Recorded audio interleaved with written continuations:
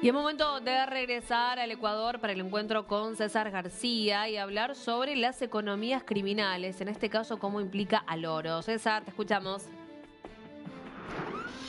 Sí, ¿cómo estás, Maga? La fiebre del oro, una de las principales fuentes que está financiando las economías de grupos ilegales y que no solo, ojo, afecta al Ecuador, sino a países como Venezuela, Colombia y Perú, que están en similares circunstancias. Hay pruebas de varias empresas que se han creado para poder exportar oro de manera ilegal. Lo vamos a dialogar a continuación con el abogado Franklin Soria. Él es parte del Observatorio de Política Minera del Ecuador. Gracias, estimado Franklin, por este espacio con Latinoamérica. ¿Cuán grave es este problema y por qué nos debe interesar a todos los latinoamericanos? Buenas tardes. Es sumamente grave por cuanto la aprobación de estas licencias de comercialización para estas empresas, las formales, las correctas y las fantasmas, las otorga Arcom. Está en manos de Arcom también hoy que el catastro ecuatoriano minero ha sido reabierto por el gobierno, un acierto sin duda, y está en la fase de pequeña minería para no metálicos. Resulta que se pretende sorprender al Estado, a la autoridad, con solicitudes de concesiones para no metálicos en zona de minería ilegal. ¿Para qué?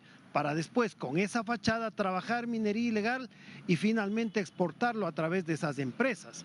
Pero ¿quiénes son los responsables de esa regularización, de esa legalización a interno de la entidad? Son quienes deben ser investigados como coautores, puesto que ya entendemos perfectamente que los grupos ilegales, los grupos terroristas están al margen de la ley, que hace falta una depuración de entidades de control minero como Arcom, que en el 2024 ya soportó un allanamiento por parte de Fiscalía de la Nación. Ahora, Franklin, ¿cómo se maquina esta situación? ¿Cuál es el modus operandi? Porque se sabe que más del 50% del oro que fue exportado por Ecuador proviene de un origen ilícito. ¿Cuáles son los factores que potencian esta economía criminal al tener, por ejemplo, un ambiente como una economía dolarizada y un oro que no es controlado cuando se exporta a diferentes destinos? Por supuesto, la dolarización, a más de las virtudes que tiene, para el Ecuador soporta esta debilidad, la facilidad de ingreso de las divisas y la mimetización en nuestra economía. Pues bien, el funcionamiento de las actividades fuera de la ley tienen como un actor importante la debilidad institucional de nuestras entidades, la incapacidad del Estado para controlar la minería ilegal. Hay que reconocer sin duda que este gobierno, como ningún otro, ha dado cientos de operativos contra la minería ilegal, pero solo se está atendiendo un síntoma, la aparición, que es el foco de minería ilegal. Hay que resolver la raíz principal, la corrupción enraizada desde hace décadas en entidades de control minero. Sin ello no habrá resultado a mediano y largo plazo. Franklin, estuvo acá presente el secretario de Estado Marco Rubio y mencionó el tema de la minería ilegal como un eje central de la lucha que se debe desarrollar para poder combatir a las economías narcoterroristas, como él los ha denominado. Ahora, ¿cómo funciona el tema de las concesiones? Porque hay muchas personas que tienen concesiones, incluso grandes empresas, y entiendo que tienes una denuncia contra Codelco, alrededor de utilizar estas concesiones y no sacar nada de recursos y más bien subarriendan esas concesiones a grupos terroristas como los Tiguerones, como los Comandos de la Frontera y también las disidencias de las FARC, que ya están actuando en gran medida en la parte norte del país. Ha sido un gran aliento para el Ecuador y para el gobierno la presencia del secretario de Estado de Estados Unidos, Marco Rubio, sin duda. Sin embargo, como ha señalado, existen concesiones ociosas en el Ecuador, en minería, en pequeña minería, en megaminería, que pretenden, en lugar de desarrollar mina, que es el objetivo del hecho de concesionar un Estado a un privado nacional o extranjero, que se desarrolle mina, que genere divisas, que genere encadenamiento productivo y empleo. sin duda, pero cuando hay concesiones y hay empresas, en el caso Codelco, caso Llurimagua, una de las mayores reservas mundiales de cobre, donde Codelco, de manera sorprendente, después de haber postergado la construcción de mina, plantea un arbitraje internacional contra el Ecuador por más de 500 millones, que hubiera sido un golpe durísimo en nuestra economía, bastante frágil hoy por hoy, y que afortunadamente el Ecuador solo deberá cancelar 25 millones para solventar esa demanda, es decir, Codelco perdió y ha salido de territorio de la zona de Llurimagua,